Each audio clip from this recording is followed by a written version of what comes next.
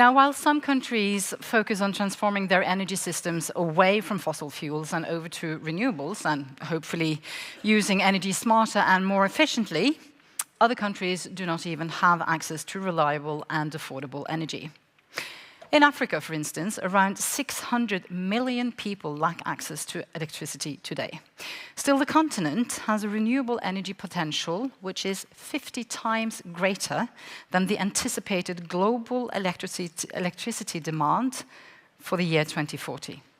According to the report Just Transition, a climate, energy and development vision for Africa, which was published in 2023. Two of the experts behind that report are with us today. The first that we're going to meet is Meron Tesfamichael. She is director of the Africa Energy Program of the World Resources Institute, the WRI, and in that capacity, she is responsible for the Institute's efforts to expand access to sustainable energy and accelerate the clean energy transition across the African continent. Now, the good Dr. Tesfamichael, who holds a doctoral degree in politics, has worked in energy research and policy for over a decade. Now she's already here with us on stage to reflect on Africa's unique position in the global energy transition. Please welcome her. Thank you.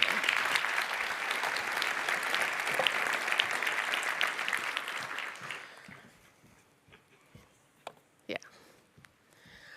So, as I think I don't need to convince everyone here that energy transition offers an opportunity for a future that is more sustainable for generations to come. And when we look at Africa's place within this global energy transition moment, we see a lot of opportunities as well as also complex challenges that first needs to be addressed.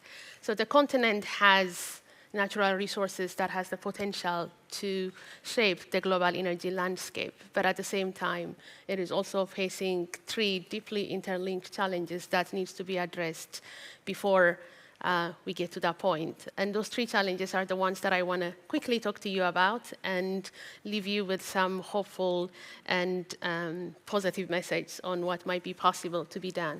One of them is challenge to access to electricity, our energy or modern energy infrastructure. The second one is climate vulnerability, and the third one is the imperative of economic development. So we're going to start with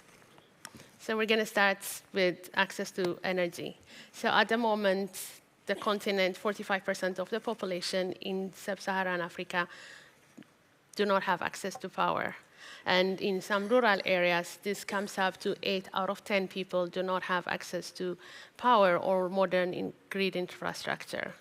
At the same time, when we look at cooking, we also are looking at 4 out of 5 households currently are cooking with fuel or charcoal wood, which is, as you can imagine, also negative impact on health, livelihood, as well as the environment and deforestation, responsible for some deforestation.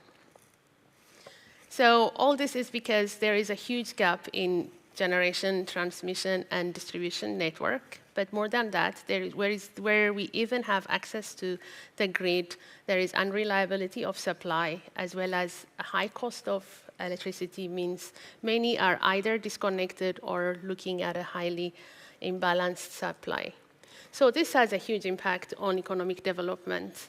Many African countries, as you can imagine, have a long-standing ambition for economic transformation. And in this sense, for example, the manufacturing sector has a huge opportunity and potential for improving productivity as well as creating decent jobs. But at the moment, as you know, as you can see from here, consumption is hugely limited. So Africa represents 18% of the global population, but currently consumes less than 6% of the energy global intake. But at the same time, at the moment, the whole continent is looking at 256 gigawatts, which is also very limited. Then this brings me to the climate, and then climate vulnerability again. I do not need to tell this room what the climate is doing, but Africa is also disproportionately affected, and floods and droughts are constantly affecting and creating food food insecurity, water shortage, conflict, displacement, and deepening poverty in some parts of the world. And this also has to do because the continent and most of the countries do not have the resources and the infrastructure to help them withstand as well as adapt to this climate change. But we see energy can and must be a solution for this. And this is because in a way to build resilience, especially around renewable energy, and distribute solutions can play a huge role. So by resilience, I mean small solar power, irrigation help farmers to adapt to drought, while as cold storage would enable post-harvest food loss to reduce. And then healthcare's electrification also is an opportunity to deal with disease, come up with climate or climate shock-related diseases. So this is the problem, but where is the real opportunities and solutions lie? So the first one is obviously, perhaps before we come to the minerals, what role minerals play, is that there is the technology advancement as well as the declining cost of electricity. The declining cost of those solutions means that we can now have a tailored and more accessible resources coming, technology solutions tailored to different livelihoods and lifestyles to communities. But however, before that, we need to cover the cost gap, and the cost gap is huge at the moment. Capital cost for some of the investments in Africa is 2-3 times higher than anywhere else in the world. And in order to meet that, we need to do some fiscal reforms, policy change, de-risking mechanisms, and financing tools. The second one is obviously the continent, as I mentioned, as you can see from this map, has a huge resources that can allow it to play a critical role in joining the supply chain of clean energy technology.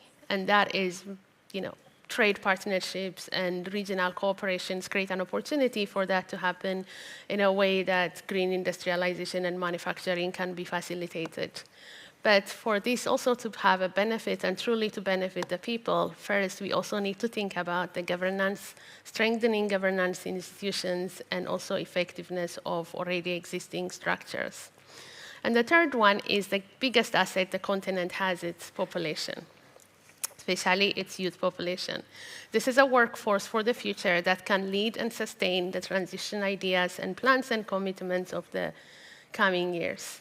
However, at the moment, the continent is only taking 3% or creating only 3% of the global job being created within the renewable energy space. Therefore, there needs to be an investment not only for today, but also for tomorrow and for future generation that can not only inherit the transition, but also sustain it. So these are my 3 points and guideposts that I would like to leave you with. First, the poverty is deep. The energy poverty is deep. Therefore, transition should mean transformation. And as the speaker before me has said, an opportunity for a dignified life and economic injustice, addressing economic injustice and also inclusive justice. Second, Africa's story is not a single story. Different, as you can see from the map, different continents have, different countries have different solutions. Those on the north are almost has universal access, but they're relying on fossil fuels, whereas those in the middle and the central and the south, where there is a lot of natural resources and ability, renewable energy resources, those are in single digits. Therefore, country by country, context by context, solutions can emerge. And the last one is this needs to be intergenerational. The investment is not only for today, but for tomorrow and for future to come. Thank you very much.